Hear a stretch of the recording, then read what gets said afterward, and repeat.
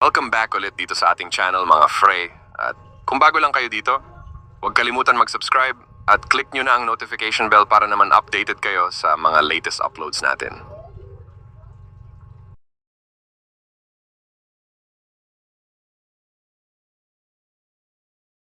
Ang 3D Lotto ay isang uri ng laro ng sugal sa Pilipinas na pinangangasiwaan ng Philippine Charity Sweepstakes Office, PCSO.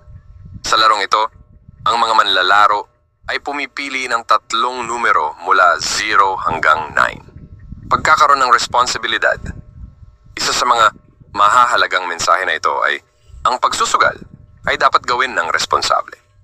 Dapat isipin ng mga manlalaro ang kanilang mga kakayahan at huwag lubos na umasa sa sugal bilang paraan upang kumita ng pera. At bago ang lahat, recap muna tayo sa mga naging resulta kahapon, August 7, 2024.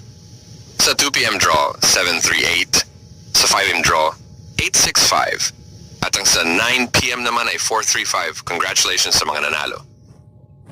Ito na mga Frey, Admin Frey Sorter's Guide, Pairing at Combinations. August 8, 2024.